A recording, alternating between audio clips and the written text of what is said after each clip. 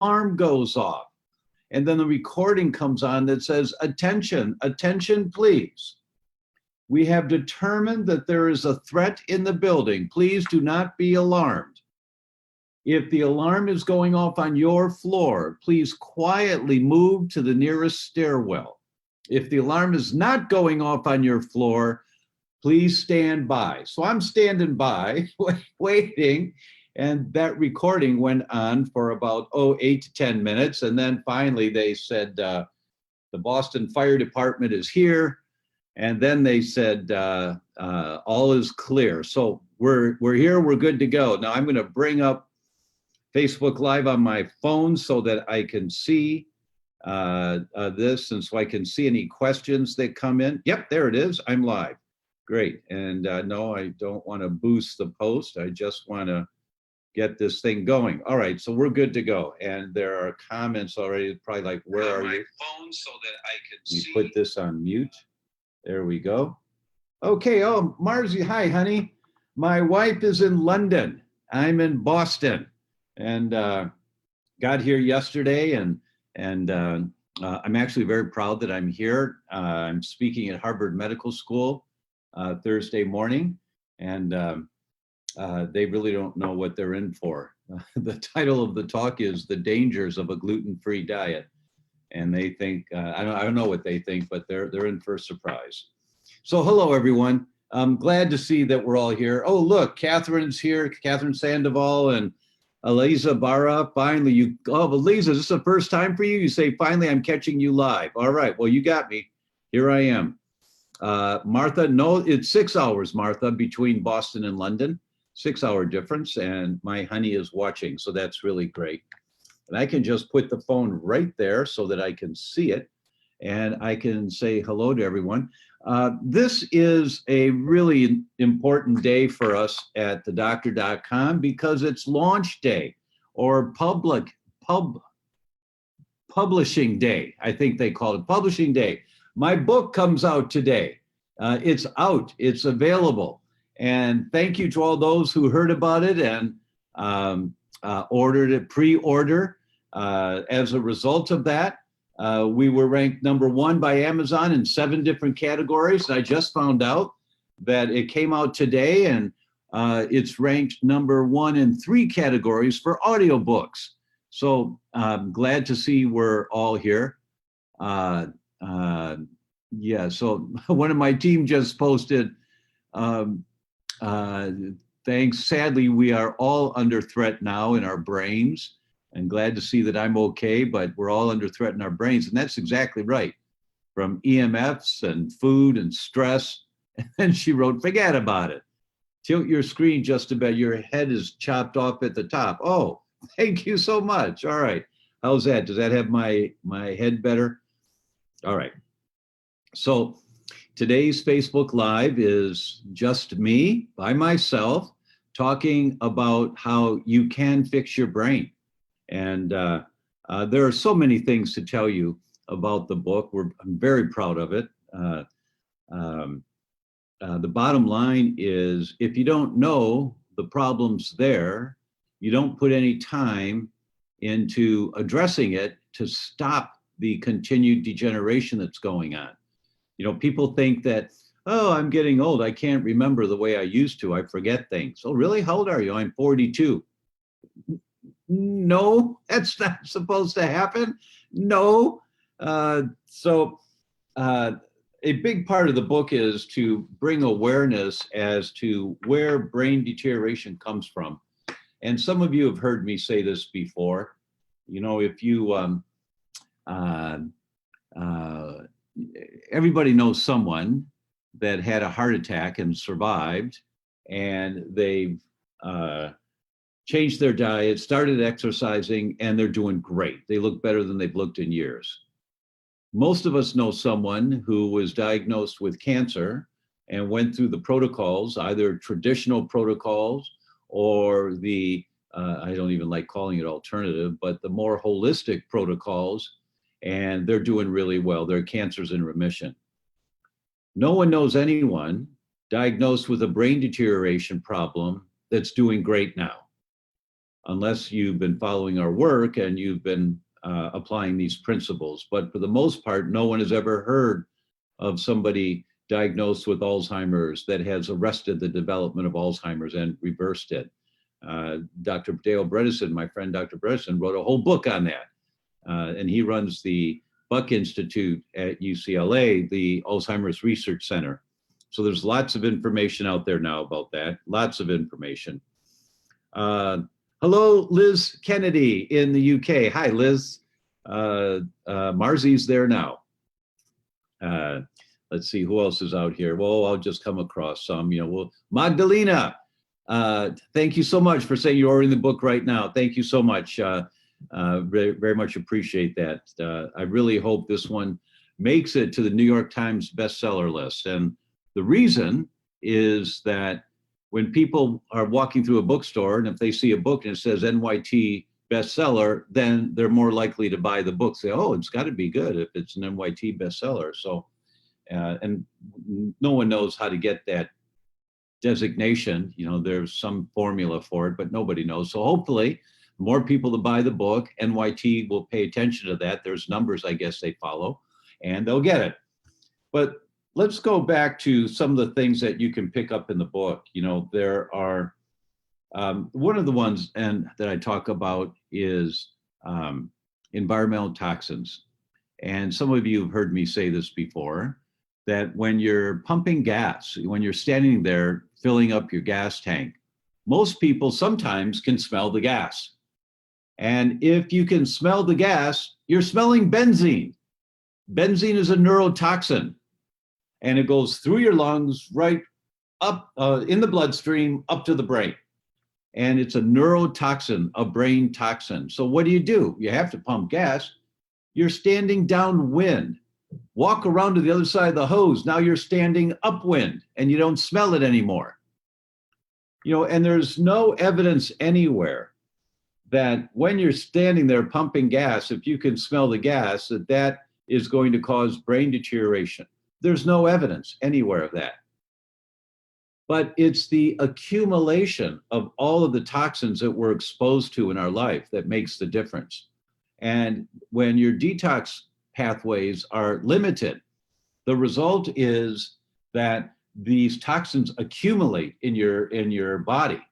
And so one of the things to do is to check your detox pathways. And the first thing in checking your detox pathways is to check your genetics, to see if you're vulnerable to some pathways not working very well.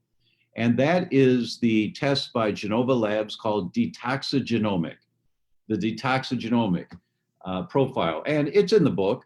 And that's a simple swab of a Q-tip inside your mouth.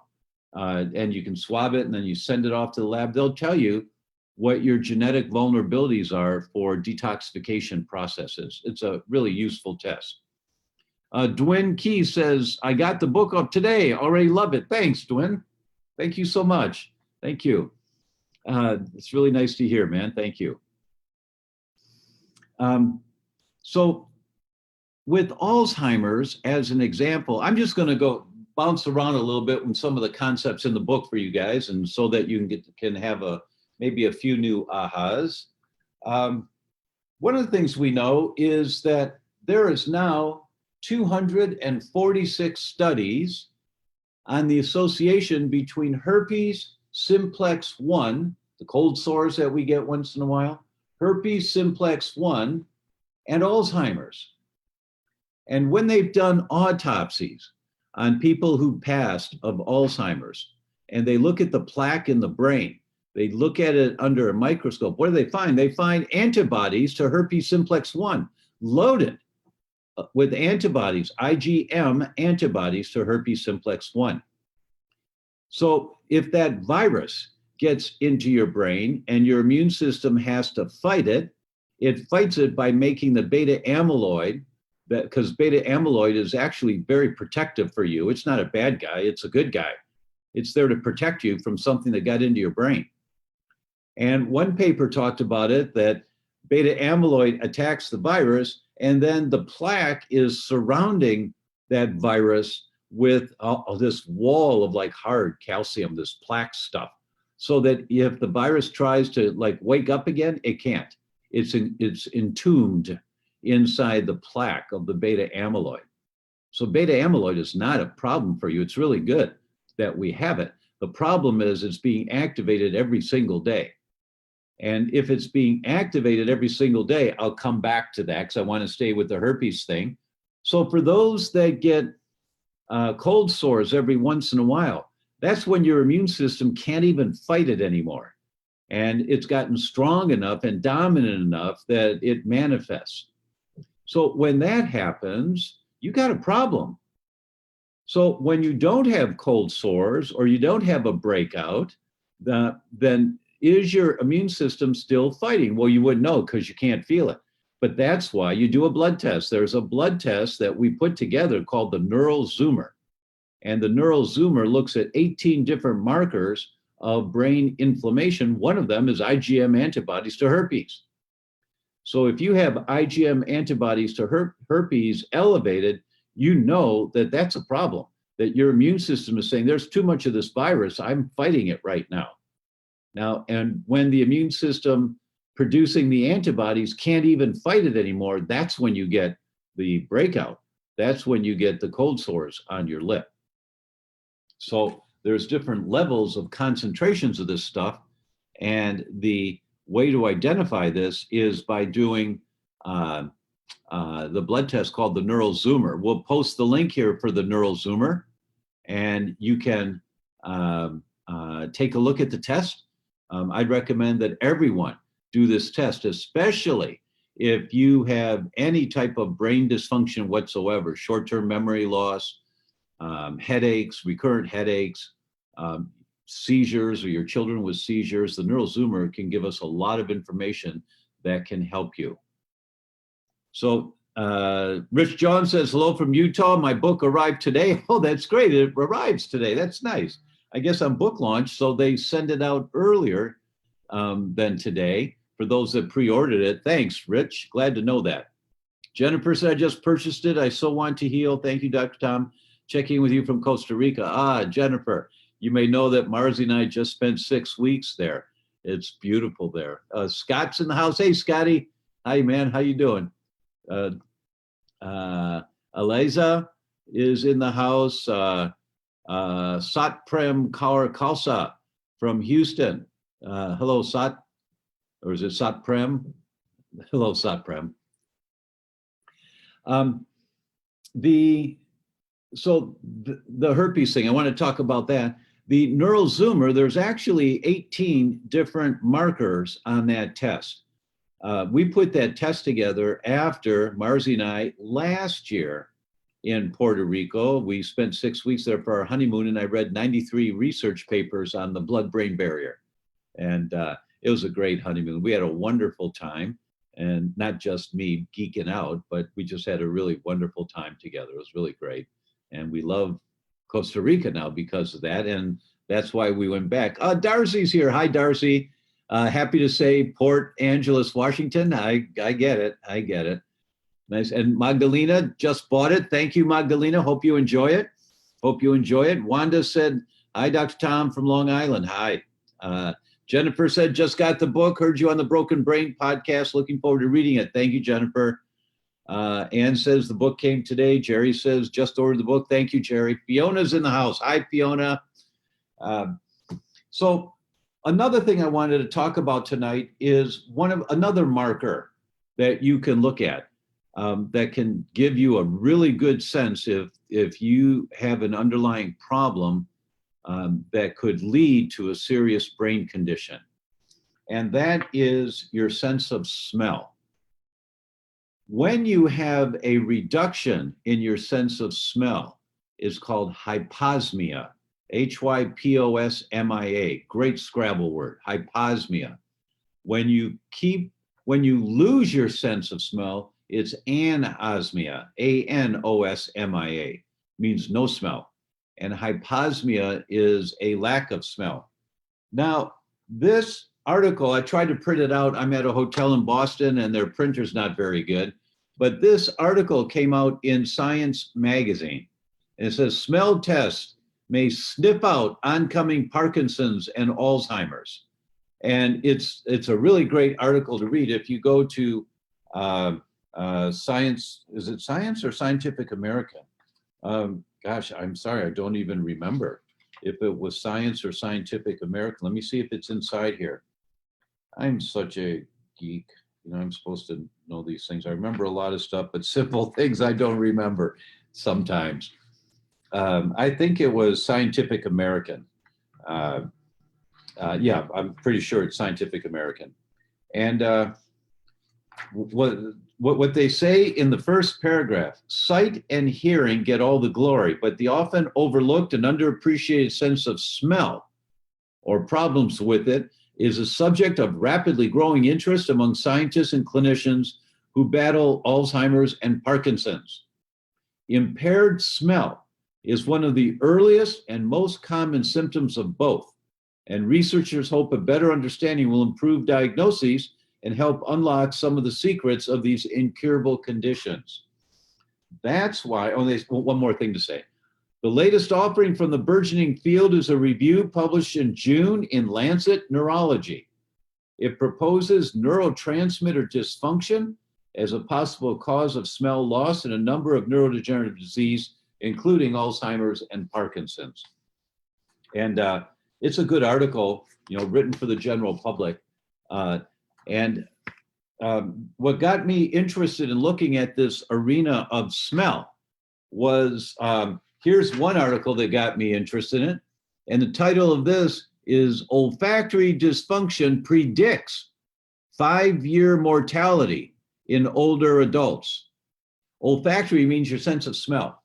And if you're losing your sense of smell, it predicts with a high degree of accuracy. The quote here is, olfactory function is one of the strongest predictors of 5-year mortality and may serve as a bellwether for slowed cellular regeneration.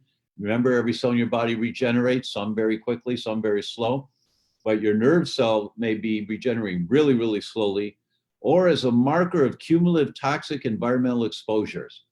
It's the toxic exposures we're falling prey to, everyone, that they're the primary cause of the loss of smell. Why? Because you breathe this stuff.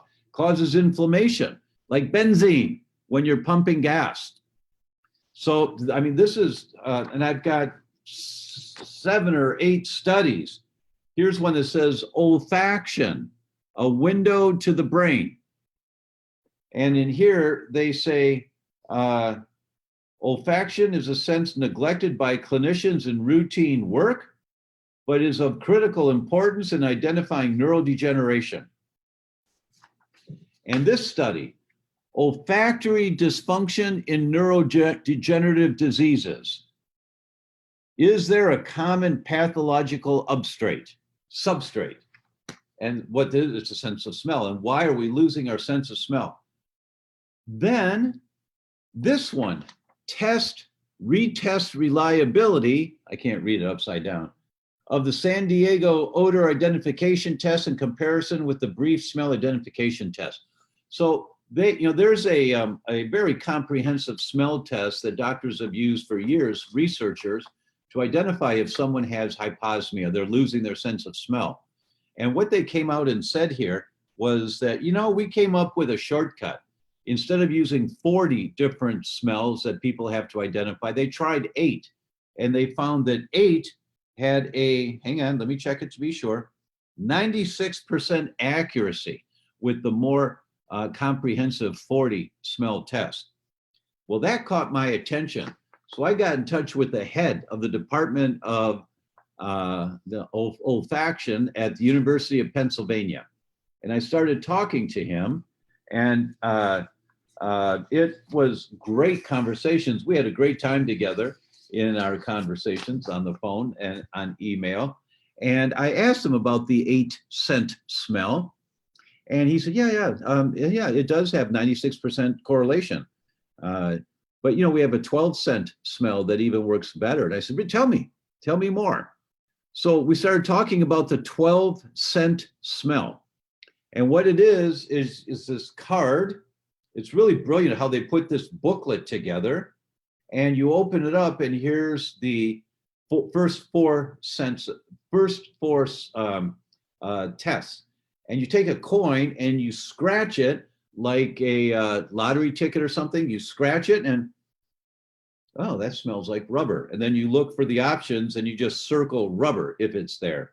And then the next one, oh, that smells like cinnamon. And then you look for cinnamon. If that's one of the options, you just do with your pencil cinnamon. And then at the end, then the answers are there.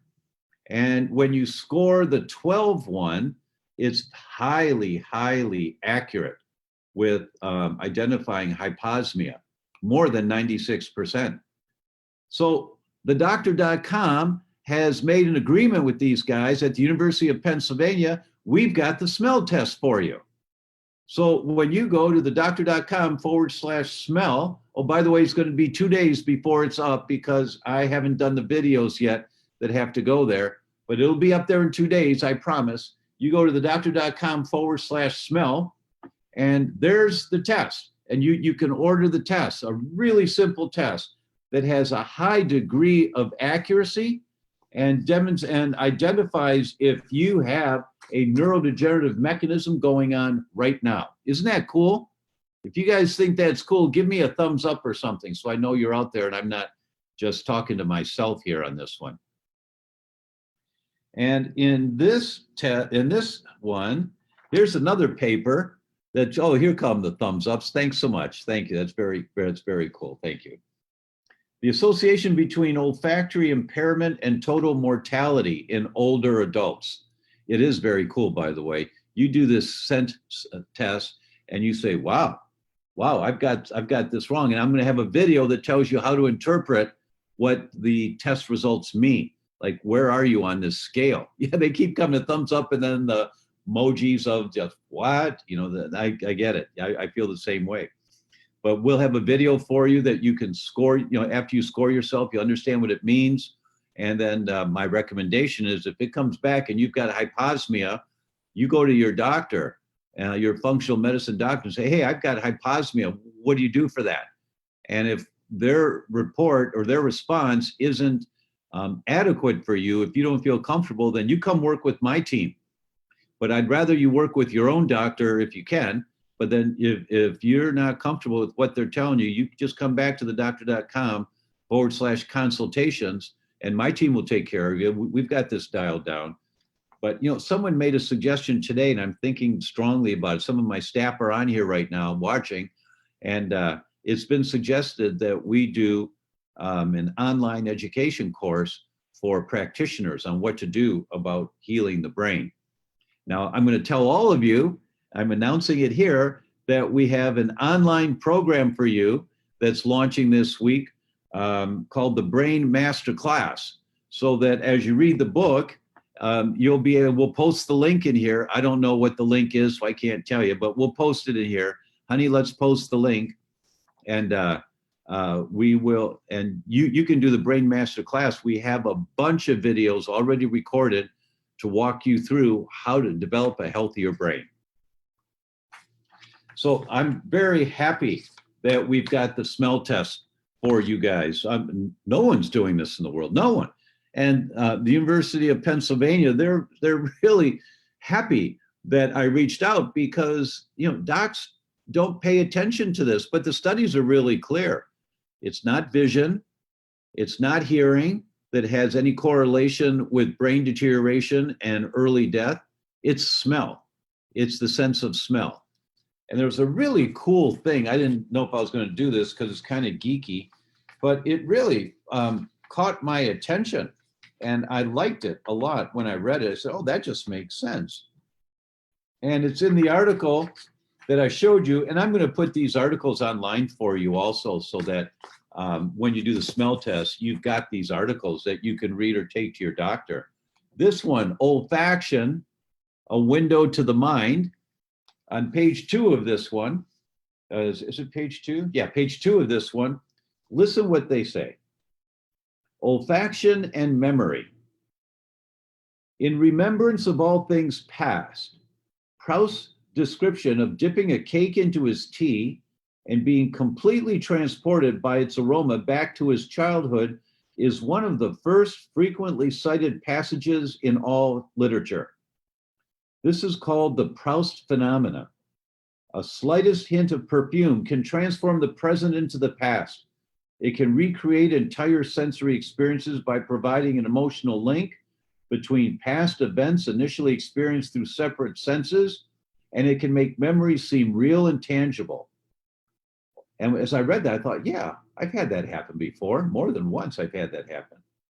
Olfactory stimuli, meaning the smell, stimuli are more potent cues of autobiographical memories than other sensory stimuli. A clue to the olfactory memory relation is the anatomical overlap between the structures involved in memory process and olfaction pathways.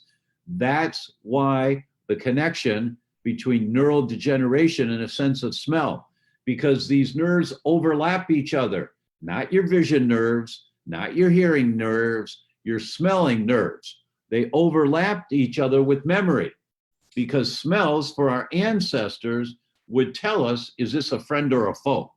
It was part of a survival mechanism so that we could catch up on a clue really easily. You know, they walk into a cave, and if they can smell a grizzly, they get out of there really quick because they've had experience in the past, maybe with grizzlies, right? And you know, you understand what I'm trying to say with that.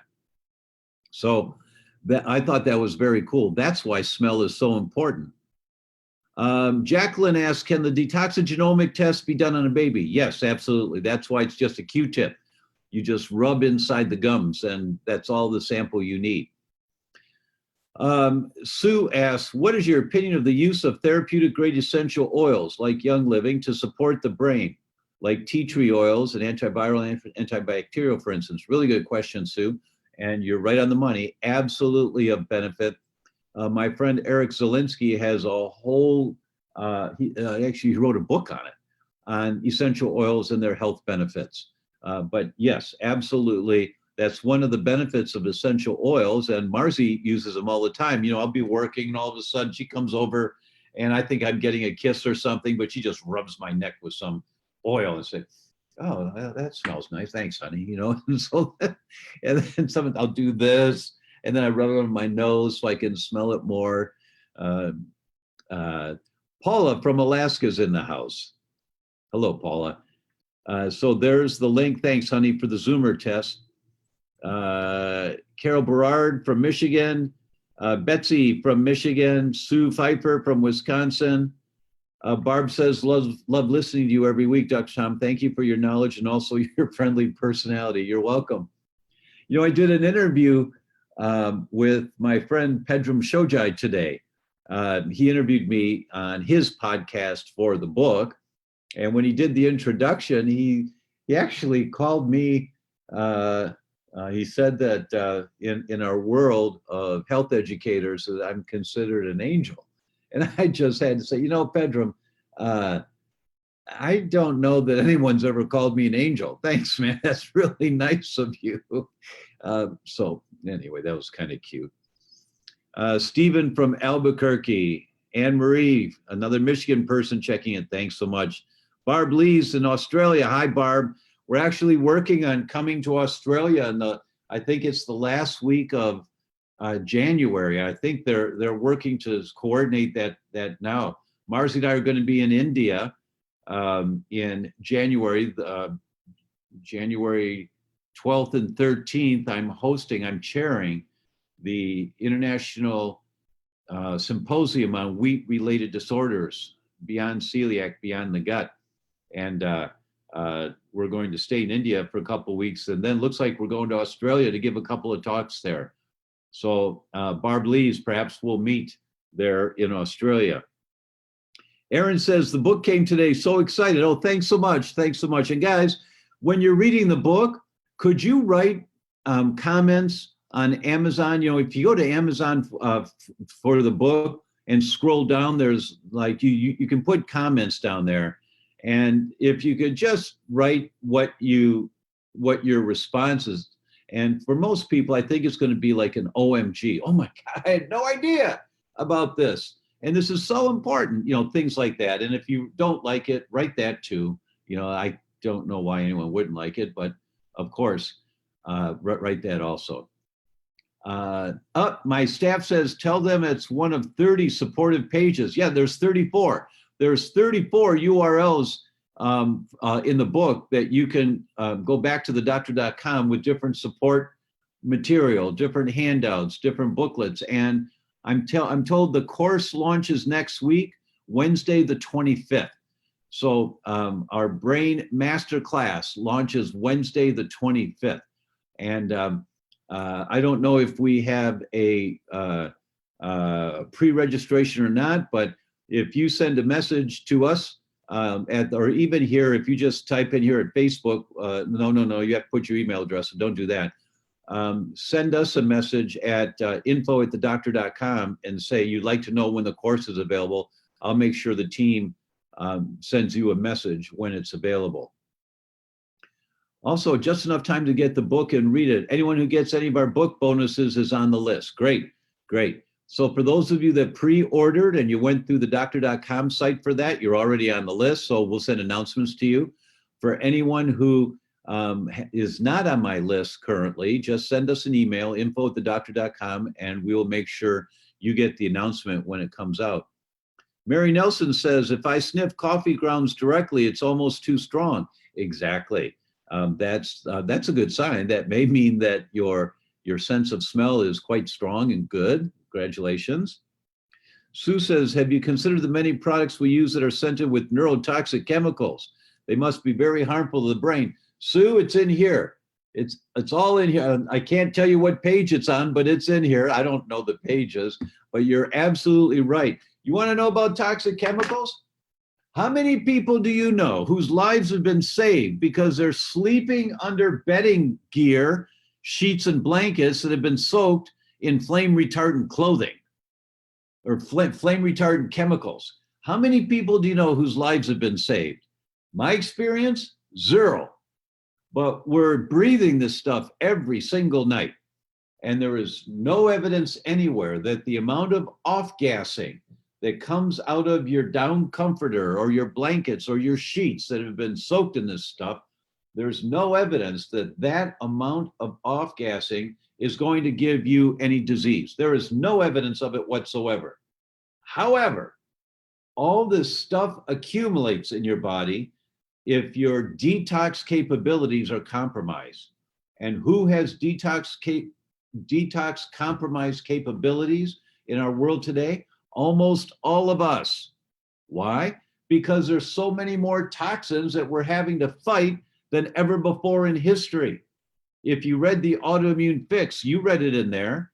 The Journal of Pediatrics published a paper that said 250 pounds of toxic chemicals per person per day are being dumped in the US.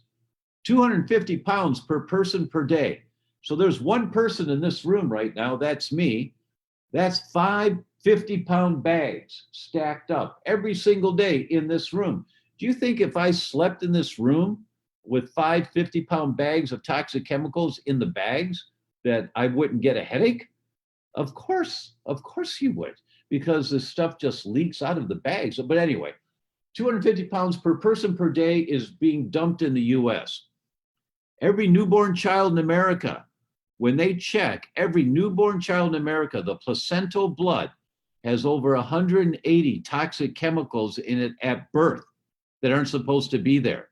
Every child in America, many of those chemicals are neurotoxins. You wonder why autism is going through the roof and why Dr. Stephanie Seneff, a biostatistician from MIT, brilliant woman, tells us that by 2026, 1 child in 2 is going to be on the autism spectrum. You want to know why? It's because of all these toxic chemicals that we're breathing in, and many of them are neurotoxins going right to your brain. In the mid-90s, thanks for doing those emojis, of the oh my God. Thanks, guys, because that keeps me fired up and keeps me going. You want me to do more of this? Plant more emojis. In the 1990s, every dog that they checked in Mexico City, it's all in here. And the studies that these points come from, they're all in here. Every dog in Mexico City on when they died had evidence of Alzheimer's when they checked, every single dog. In the mid 2000s to late 2000, 2009, 2010, the urine tests and the blood tests became available. Every single child they check in Mexico City has evidence of brain inflammation and early Alzheimer's. Every single child in Mexico City. Why? Because the air is so bad. They're breathing it. They're losing, and I'm sure they're losing their sense of smell at a very early age, but they're breathing it and it's going right up, and those nerves go right past the memory nerves right there. And so the inflammation in the neural circuits, because they're breathing all this toxic crud and your immune system trying to protect you, fights this stuff, these chemicals. There's no evidence that the amount of flame retardant chemicals in your sheets are going to cause a problem for you. But it accumulates with the formaldehyde in the press board. Your kitchen cabinets, if they're not solid wood, they're made from press board. Press board is soaked in formaldehyde that outgasses day in, day out, day in, day out. The cabinets in the bathroom, if they're not solid wood, they're outgassing day in, day out. The chemicals in the clothes that we send to the cleaners, when you wear them, they outgas day in, day out. The chemicals in the food that you eat, if it's not organic, get right into your bloodstream day in, day out. That should be a song. I should have like a group behind me doing day in, day out. That would be fun. That would be fun. I mean, this is not funny stuff, but we have to do it in a way that makes it as non-threatening as possible, but get the point across also, of how serious this is. It's really serious. 1 child and 2 on the autism spectrum. And you've heard me say this before. Don't ever say that vaccines cause autism. Don't say that.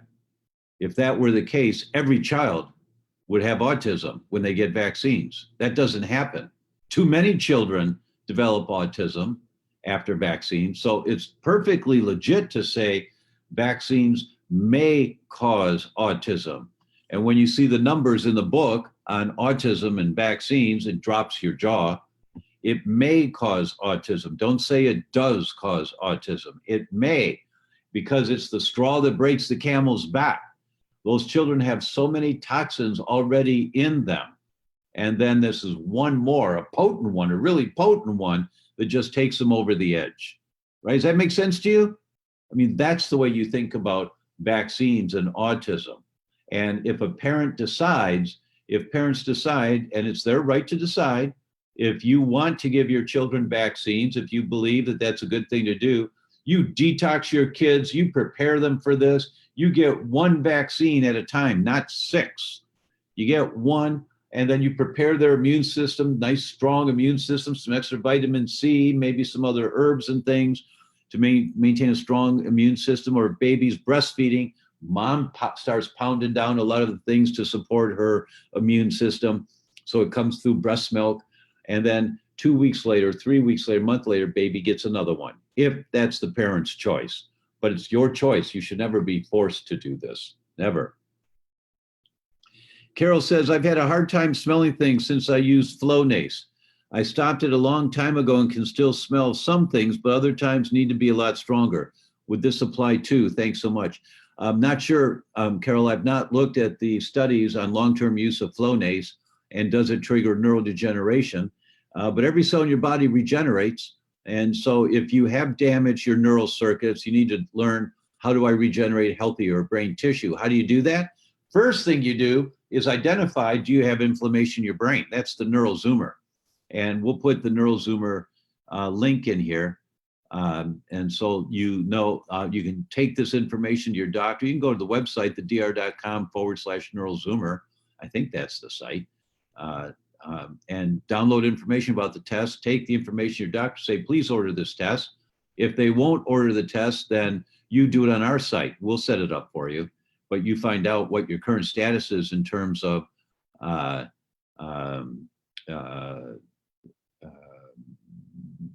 inflamed your brain is. So I lost my train of thought because I was looking at the next question. Sue says, have you considered the many products we use that are scented with neurotoxic chemicals?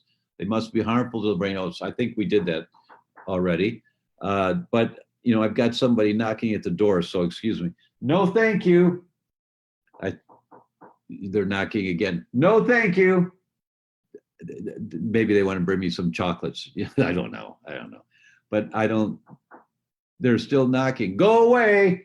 So I don't know, what am I going to do? So I don't know what they want, but if it's dark chocolate, I might consider it. Dark chocolate's really good for you. Everyone should have a little dark chocolate every day. A little dark chocolate every day. Here's the key. It's from the first book about dark chocolate. Don't let it touch your teeth.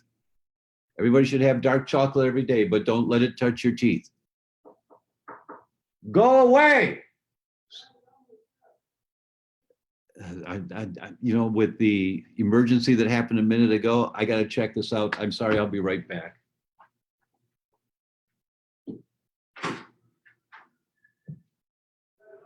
Okay, I'll take it now.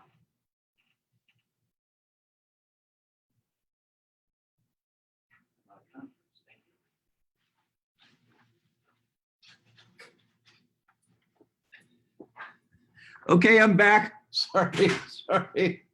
That was the bellman. They're bringing my laundry. Yeah, because I've been on the road for 7 weeks. I'm going to Harvard to teach, and all my shirt, you know, I'd have some shirts cleaned and all that. So sorry for that. I missed you there. That's unusual. I've never done that before. But all right, so we're back. Barb says, please make these tests and your other ones available to us in Australia. Feel we miss out. You know, Barb, we can do, my team's going to go, oh no, what's he going to do here? But we can make the smell test available in Australia. And it's just the shipping, you know, that'll be different. But this is just a little card, and you do the test at home, so it doesn't have to be shipped back. So my team will work on that.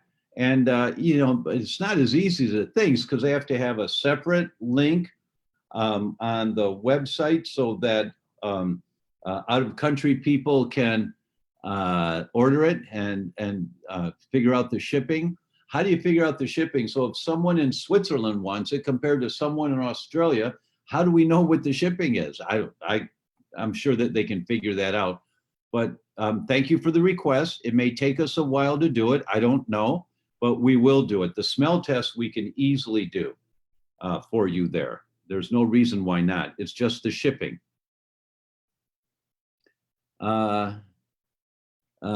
Marianne says, my bus kids wish I would lose my sense of smell. Okay.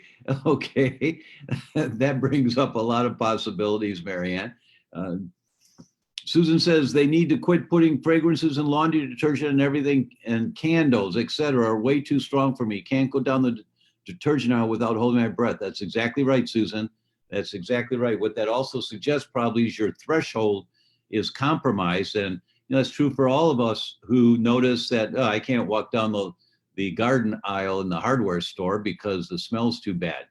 It makes me sick, or I get a headache or something like that. If that happens to you, you've crossed the threshold and you need to check your detox pathways to see. Glenn says, hello from Pittsburgh. Just got your book today and look forward to reading. Thanks, Glenn. Thanks so much. My family's from Carnegie. So I've got family there.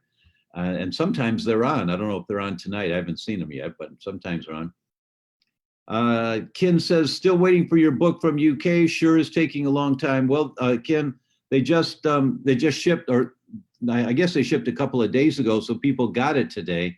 So it shouldn't take too long. Hopefully you'll get it soon. Sue says, even baby products are scented with neurotoxic chemicals. Exactly right. Imagine what that's doing to their young, newly developing brains. Exactly right. What chance do they have? Exactly right. Now you're getting it, Sue. Now you're getting it. And everyone needs to get this. That is this chemical world that we're exposed to, 250 pounds per person per day. You know, it starts to make sense now when you start thinking about all these different arenas that we're stuck with. Jane says, will people be suicidal if they take a test and think they're losing brain function? Full support is needed for screening. Oh, absolutely not. No, my gosh. So thank you. Thank you so much for bringing that up because I need to remember to say that. And that is, if you don't know the problem's there, you aren't going to take the time to figure out what to do about it. But once you know the problem's there, you take the time to figure it out. You read this book because we talk about it a lot in there. And you follow our brain masterclass, which talks a lot about regeneration and how do you regenerate and the things you have to do. You have to identify the foods you're sensitive to. You have to reduce the inflammation in your body that's triggering the neural degeneration. Well, how do you do that? Well, where is the most inflammation coming from? The most inflammation is coming from what's on the end of your fork. So when you find out what you're eating that is a problem for you, and then if you still decide to eat it, well, we'll put it on your tombstone. He loved his pizza, or whatever it is. But no. The whole purpose of this world that we're diving into here is to say, wake up and nail this stuff before it gets so bad you don't have a brain functioning anymore. It's not hopeless when you have brain deterioration. Every cell in your body regenerates, every single cell. You just have to read Dale Bredesen's book, The End of Alzheimer's, and you understand that they're reversing Alzheimer's. We've been talking about setting up an Alzheimer's clinic in Switzerland, and we're working on that now. So it's really exciting because this is great work. And this is the work of a lifetime, to be able to see someone that comes back from the brink, of brain deterioration. It's like a guy that has a massive heart attack and he almost dies. And 3 years later, he's running a 10-kilometer run, or 2 years later, and he's got his health back. He's trimmed down, looks a little like Adonis, walking proud and all that. It's like that with your brain. You can do the same thing. You can fix your brain. That's the reason for the book. I forgot the title. Because, of course, you can fix your brain. So don't get bummed out by this. When people come to see me, they often say, I've been to Mayo and they don't know what's wrong. And I say, that's great. Congratulations. And they've heard that I'm a nutcase anyway. So they kind of look. I said, that means that you don't have a disease, because if you had a disease, Mayo Clinic would find it. You have dysfunction. So let's figure out what's not functioning right. So we're going to do functional tests, like the smell test. We're going to do functional tests to see what's not functioning right. And they go, oh, okay. Then they come back for the second visit. And everybody's nervous, when you're getting test results of your health. We're all nervous when that happens. So they sit down and I say, good news. You're a mess. You're a mess. And then they kind of smile awkwardly. And I say, hey, this is good, because all these things are correctable. You can fix your brain. You can. You just have to identify where's the problem and then what do I do? So that's the message here today, folks. And if you haven't ordered the book yet, please do. If you do have the book and if you like it, order another one and send it to somebody you love.